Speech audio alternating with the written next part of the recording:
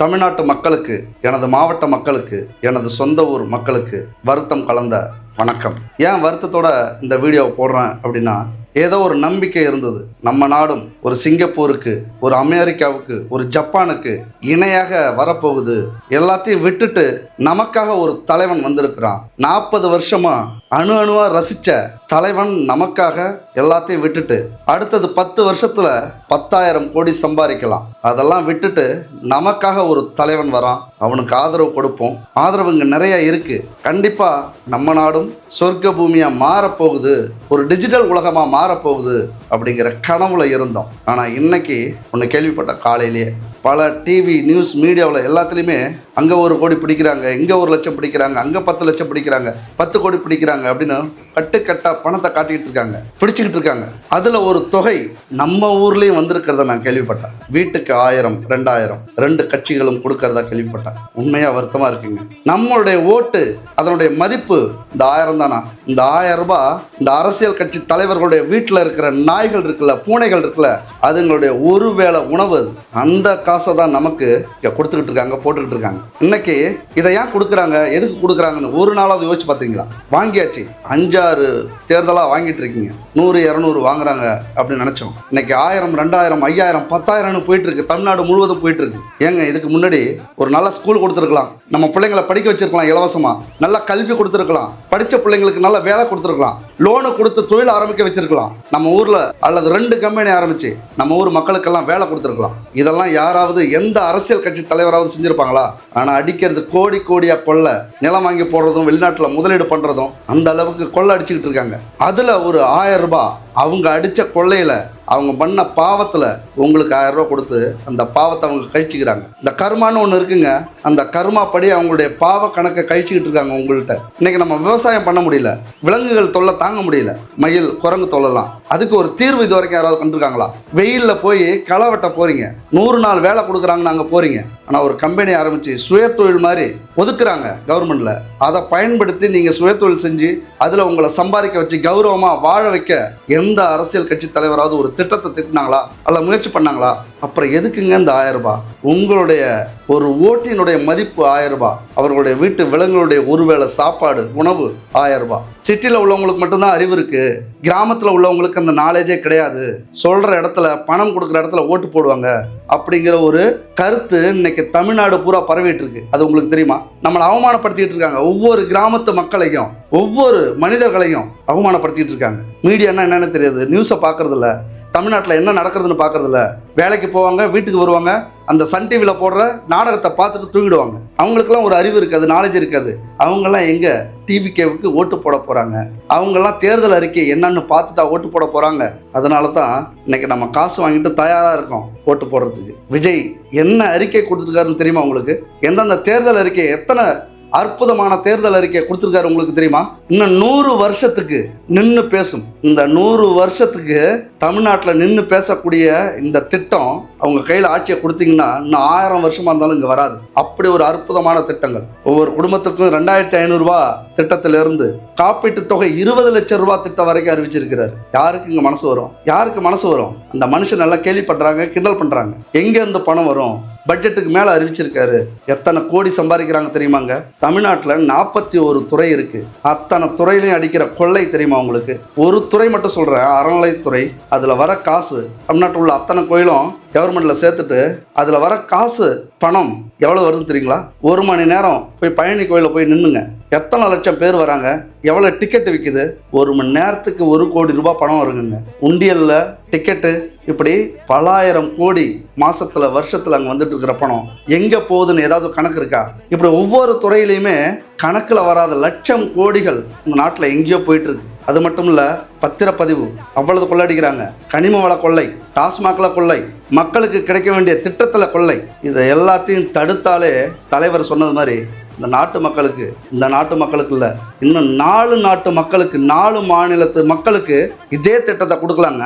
இந்த துறையில் உள்ள கரெக்ஷனை கட்டுப்படுத்தினா.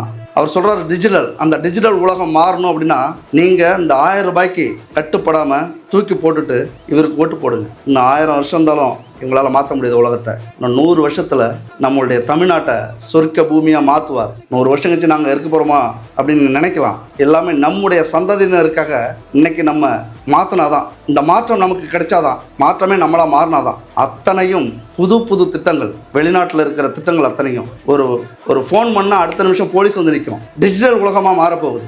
எங்கே கொள்ளடிக்கிறாங்க, யார் ஊழல் பண்ணுறாங்க, யார் லஞ்சம் வாங்குறாங்க, யார் கொலை பண்ணுறாங்க, கொலை பண்ணுறதுக்கு யார் ஆயுதம் எடுத்துகிட்டு போகிறாங்க, யார் மனசில் என்ன இருக்குது, அந்த மனசை கண்டுபிடிக்கிற அளவுக்கு ஏஐ வந்துருச்சுங்க இன்றைக்கி உலகத்தில். அதை விஜய் அவர்கள் கொண்டு வர போகிறார். மிகப்பெரிய டிஜிட்டல் புரட்சி அங்கே நடக்க போகுது. அதுக்கு விசில் புரட்சி கண்டிப்பாக நடக்கணும். விசில் புரட்சி நடந்தால் மட்டும்தான் இந்த டிஜிட்டல் புரட்சி, இந்த தமிழ்நாட்டில் இந்த புரட்சி ஏற்படும். நான் இதெல்லாம் பேசுறதுக்காக இந்த தேர்தல் ஆணையம் என்னை கைது பண்ணாலும் பண்ணலாம், அதை பற்றி கவலை இல்லை. பல கோடி ரூபாய் கொடுத்த அவங்கள கைது பண்ணாமல் என்ன கைது பண்ணுறாங்க அப்படின்னா அதை நான் கண்டிப்பாக ஏற்றுப்பேன். பட் ஆனால் தயவு செஞ்சு மக்களே, இந்த 1000 ரூபாய்க்காக உங்களுடைய ஓட்டை வித்துறாதீங்க. இந்த ஊரே உலகமே விஜய் ரசிகர்களை தற்கூரின்னு சொன்னாலும் பெரிய பெரிய அரசியல்வாதிகள், மீடியாக்களில் இருக்கிறவங்க கிராமத்து மக்களை ஒன்றும் தெரியாத தற்கூரிகள் நினச்சிக்கிட்டு இருக்காங்க. விஜய் எல்லா சிட்டிலையும் ஜெயிச்சிருவாராம், ஆனால் கிராமத்தில் தோற்றுருவாராம். ஏன்னா அந்த அளவுக்கு நாலேஜ் இல்லையா. தேர்தல் அறிக்கைனா என்னன்னே தெரியாதான், ஜனநாயகம்னா என்னன்னே தெரியாதான், எந்த தலைவர் எப்படின்னே தெரியாதான். எல்லாரும் இந்த ஏடிஎம்கேவுக்கும் டிஎம்கேவுக்கும் அடிமைகள் அப்படின்னு சொல்லிட்டு இருக்காங்க.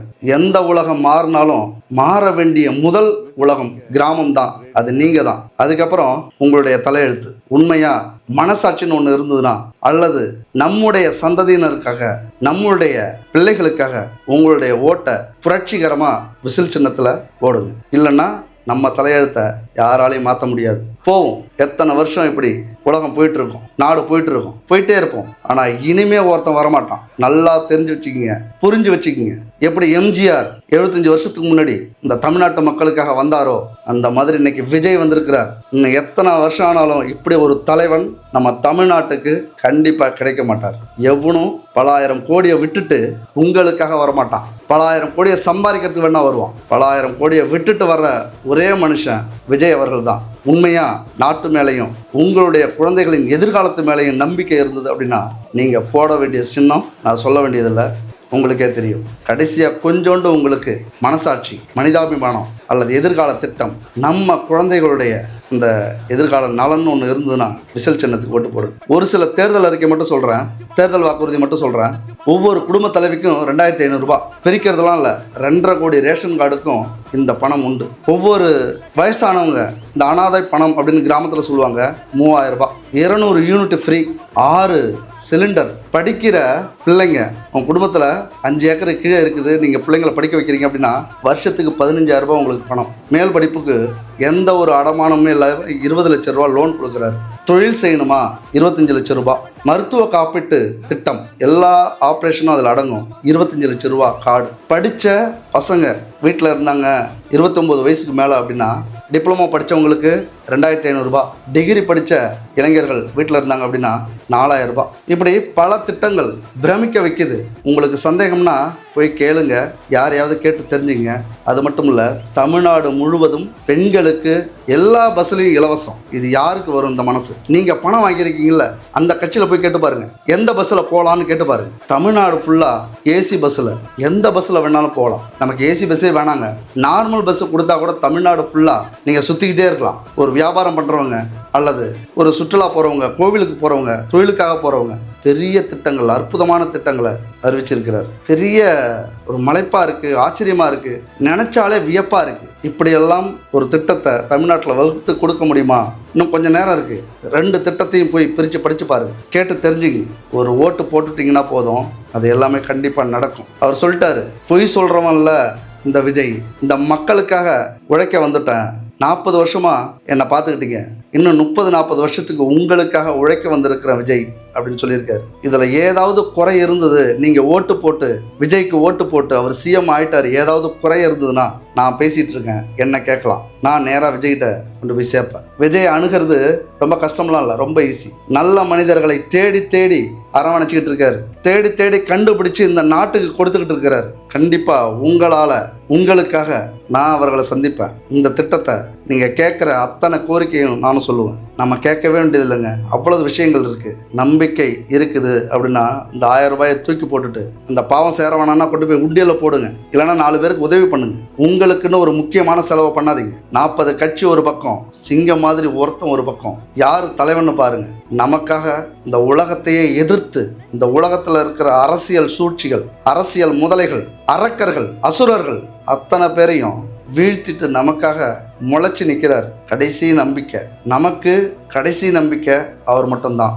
நீங்கள் 1000 சொல்லலாம், என்னுடைய ஜாதி, என்னுடைய கட்சி, பாரம்பரியம், பரம்பரை, இந்த ஒரு தேர்தலில் எல்லாத்தையும் விட்டுட்டு ஓட்டு போடுங்க. அப்புறம் இருக்கிற மாற்றத்தை பாருங்க. ஒரு கட்சி ஆசியாவிலேயே நம்பர் 1 பணக்கார கட்சி, ஒரு கட்சி அம்மா அவர்கள்ட்ட இருந்து கொள்ளடிச்ச காசை காப்பாற்றுறதுக்காகவே கட்சி நடத்துகிற கட்சி. ஆனால் ஒரு கட்சி வெளிநாட்டு மக்கள்கிட்ட காசை வாங்கி கொள்கைன்னு கோஷம் போடுற ஒரு கட்சி. 10 வருஷத்தில் 10,000 கோடி சம்பாதிக்கலாம், அதை விட்டுட்டு வர ஒரு தலைவன். அதாவது 10,000 கோடியை உங்களுக்காக விட்டுட்டு வரார் விஜய் அவர்கள். இன்னைக்கு 1000 ரூபாய் வாங்கிட்டீங்க, நாளைக்கு தண்ணி வரல, ரோடு சரியில்லை, வீடு கட்டணும், ஏதாவது நலத்திட்ட உதவிகள் வருது, அது யாரை போய் பார்க்கணும்?